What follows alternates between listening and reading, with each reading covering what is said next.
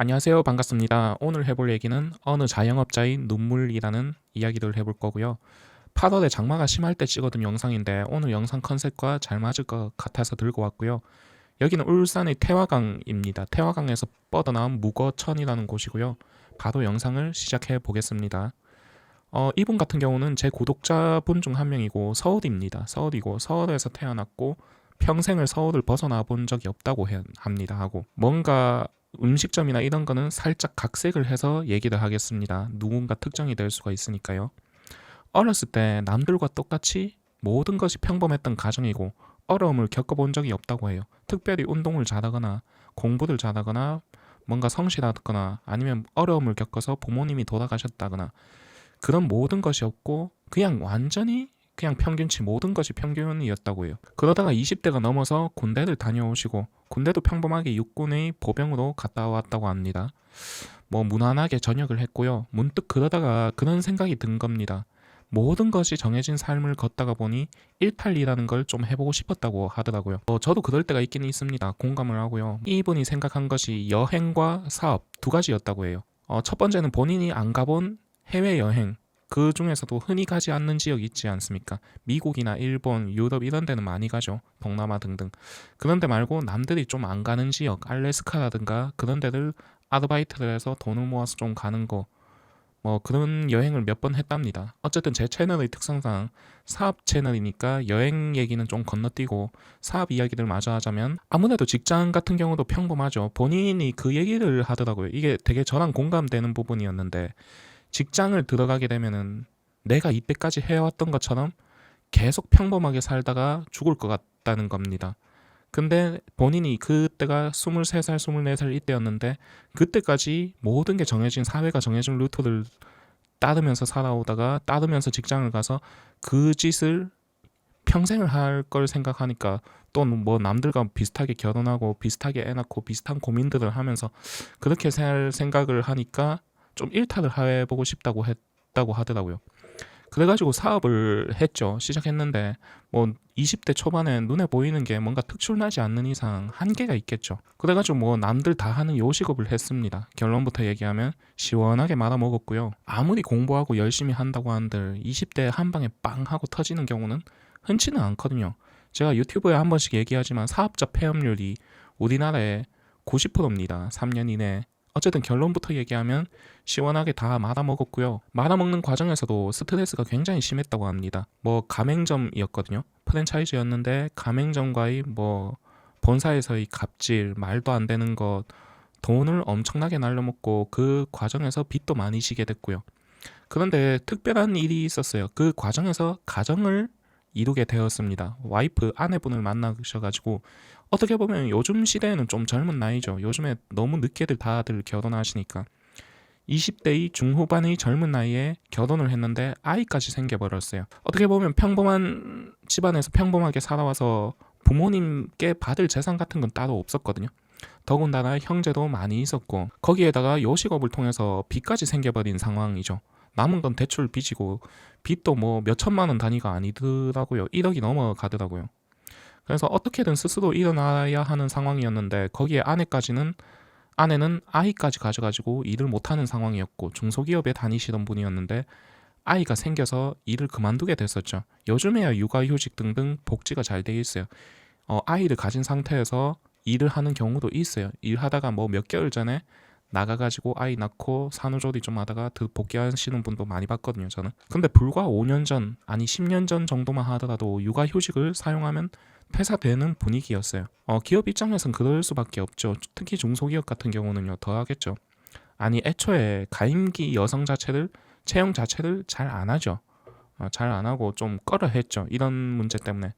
그 다음에 엎친 데 덮친 격으로 직장 후 투잡으로 배달 부업을 하시다가 큰 보상을 얻어서 다리에 철심까지 받게 되는 상황이었어요. 이때 사건을 들어보니까 되게 좀 끔찍하더라고요. 결론은 다리를 크게 다치긴 했지만은 거둘 수는 있는 상황이었거든요.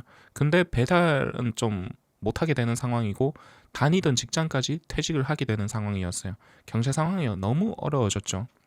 아이 밑으로 돈도 엄청나게 들어갈 상황이었는데 그쵸. 그리고 여기서 잠깐 세서 한마디 하자면 제 유튜브 보시는 분들 중에서도 배달하시는 분들이 많습니다. 실제 교육 받으러 오시는 분도 그렇고 뭔가 사연을 들어보거나 이메일로 보내주시는 분들 많거든요. 많은데 들어보면은 배달 일들 하시는 분들 많아요. 뭐 쿠팡도 있고 배민도 있고 여러 가지 있으신데 저 개인적으로는 배달은 너무 위험하지 않나. 조금 웬만하면 다른 일 하시는 게 낫지 않나. 뭐 네가 뭔데 그딴 말 하느냐 이럴 수 있겠지만 구독자분들이 많이 다쳐요. 실제로. 예, 실제로 뭐 청소를 투잡을 하다가 배달 때문에 영구장애를 입어서 청소까지 못하게 된 경우도 한 두세 차례 있었습니다. 실제로. 예, 있었고 다치는 빈도를 보면은 크게 다친다는 거죠. 그래서 배달할 때는 아무리 안전하게 한다 해도 이게 차가 밀어버리면 그만이죠. 그리고 요즘엔 그 고령화 나이 든 사람들이 운전하는 것도 워낙 심하고 저도 계단 청소를 합니다. 청소를 하면서 낮에 이렇게 골목골목 다녀보면은 정말 운전 이상하게 하는 분들 많거든요. 그래가지고 배달 같은 경우는 조금 진짜 몸 조심하면서 하거나 그래야 되지 않을까 싶고 어쨌든 마저 이야기하면 계속 같이 버텨주던 아내분도 결국 경제적 상황 때문에 어쩔 수 없이 본가로 들어갈 수밖에 없어요. 돈이 없으니까 막상 이제 월세 낼 돈도 빠듯하고 아이 밑으로는 돈이 엄청나게 들어가는데 기저귀값만 해도 한 달에 얼마입니까? 거기다 임신한 몸으로 직장 일을 버텨낼 수는 없죠. 직장에서도 그 사람을 계속 받아줄 수도 없고 아내분도 일을 안 하고 남편분도 다쳐가지고 뭐 보상금이 조금은 나왔다고 하더라고요. 그럼에도 불구하고 그거를 버텨낼 수가 없어서 결국 몇 개월, 수개월, 1년 가까이 버티다가 와이프분은 본가로 돌아가고 어쩔 수 없이 남자분은 혼자 살게 되었습니다. 원룸 같은데요. 그리고 나서 다리가 다 치료가 되고 일을 구해도 이제는 30대의 나이에 뭐 하나 속 시원하게 이루어 놓은 거 없이 사회는 냉정합니다. 저희 같은 경우는 뭔가 사연이 다 있을 수 있지만 사회 같은 경우는 그 사람의 과거 행적을 봐요. 이력서를 보는 이유가 과거의 행적을 보는 거잖아요. 과거의 행적을 보고 그 사람의 미래를 판단하는 거잖아요. 예를 들어서 과거에 30년간 아무것도 이루어 놓은 거 없이 이유도 없이 이루어 놓은 것도 없이 깽판만 쳤고 맨날 침대에 누워서 핸드폰으로 유튜브만 보던 분들이 30세의 나이에 갑자기 취업을 해가지고 본인 회사에 들어왔을 때 굉장히 열심히 열정적으로 일할 가능성은 상대적으로 굉장히 낮다, 그쵸? 왜냐하면 과거의 습관을 따라가게 돼 있어요, 사람은. 그래서 이력서와 인성검사와 면접검사와 그런 걸 하는 거거든요. 그게 요즘에 점점 더 심해지겠죠. 왜냐? 기업에서 해고 절차가 어려우니까. 그러면 어떻게 해야 되느냐?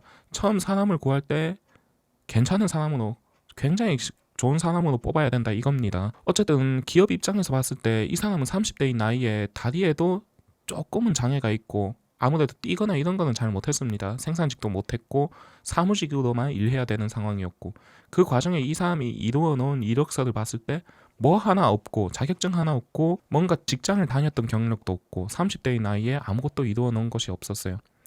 그러니 좋은 일자리도 좋은 대접도 못 받겠죠. 그리고 오히려 그 반대의 조건에 외국인 노동자분들과 하루하루 힘겹게 살아가셨어요.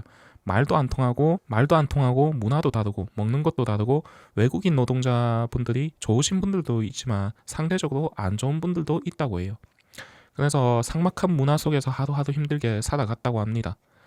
그래서 본인 꿈은 열심히 일해서 다시 가사를 일으키는 것이라고 했고 그렇게 직장을 계속 다니다가 월급도 얼마 많이 받지는 못했다고 해요. 연봉으로 치면 3천만 원 정도, 2천 후반에서 3천 정도 받았다고 하거든요. 사무직이었고 단순한 뭐 그런 걸 했다고 합니다. 그렇게 해서 몇 년 하고 일반적인 가정이면 그 정도 돈만 벌어도 작은 집이라도 구해서 와이프분과 아내분과 아이분과 같이 살 수가 있었다고 해요. 다만 본인 같은 경우는 대출 이자나 빚, 제2금융권 이런 것까지 당겼었기 때문에 그게 현실적으로 힘든 상황이었고 최소한을 갚아야 되는 그런 게 있더라고요. 그래서 생활하시는 거 보면은 뭐 밥도 회사에서 웬만하면 먹으려고 하고 뭐 인간관계 같은 경우는 아예 사람을 안 만나고 이미 끝난 거죠, 모든 게. 본인 말로는 그렇다고 해요. 저녁 되면 눈 감기가 싫고 아침 되면 눈 뜨기가 싫고 그런 삶을 한 몇 년 동안 살아왔다고 합니다. 그리고 현재는 그 제 유튜브를 보고 올해 초쯤에 연락이 오셨어요. 이메일도 보고 그 다음에 청소 교육을 신청해 주셔가지고 청소 교육을 받고 청소업을 시작했어요. 아직까지 수익이 크지는 않거든요. 그냥 직장을 다니시면서 부업으로 하고 있습니다. 하고 있고 아무래도 다리가 좀 불편하시다 보니까 처음에는 좀 어려워하셨어요. 뭔가 시행착오도 있었고 고생도 좀 하셨고 근데 몇 개월이 지난 지금 부업으로 한 100 얼마 이렇게 올리고 계시거든요. 계시면서 현재는 그래도 이게 계단 청소가 아무래도 현금으로 받고 그런 게 있다 보니까 그나마 조금 희망과 여유는 생겼다고 하더라고요. 뭐 앞으로 어떻게 될지는 모르겠어요. 현재까지의 상황이고요. 어쨌든 이런 이야기를 들으면 참 서민들만, 대중들만 피해를 보는구나 그런 생각이 많이 듭니다.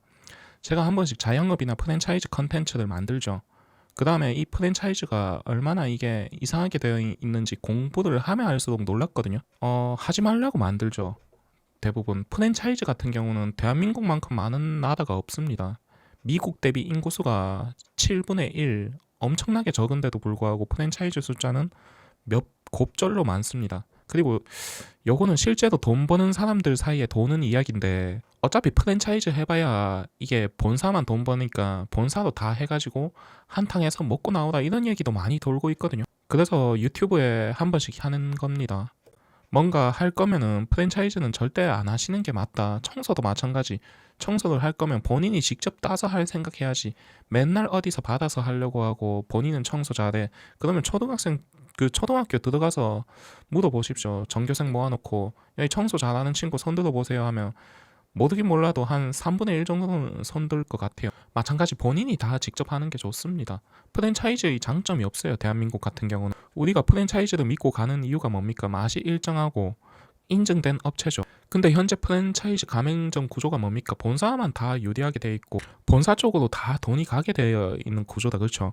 여기에 대해서 몇 시간 동안 설명을 할 수 있어요. 자료를 가지고. 그래서 프랜차이즈 한다는 사람들은 같이 다니면서 말리고 싶습니다. 싶고.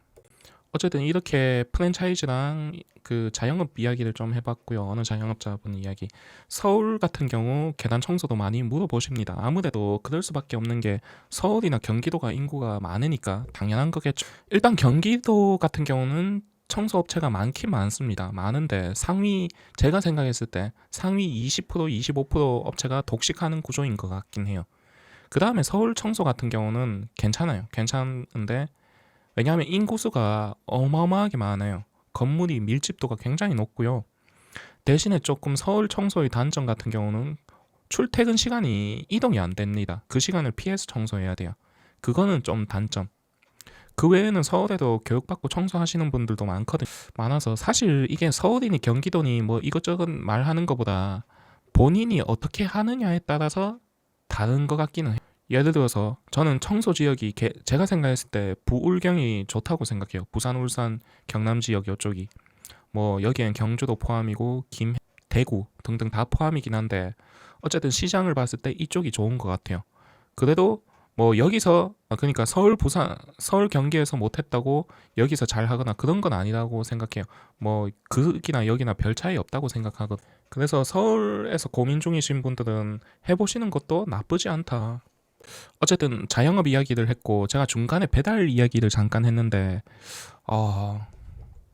이게 찐팩트로 진짜 많이 다치시거든요. 쿠팡 기사님도 오고 택배 기사님도 교육받으러 오셔서 일을 하다가 한 달 뒤에 연구장애를 입게 됐다 이렇게 이메일 받고 하잖아요. 연락 받고 문자 받고 하잖아요. 저도 한참을 생각하게 되는 거죠.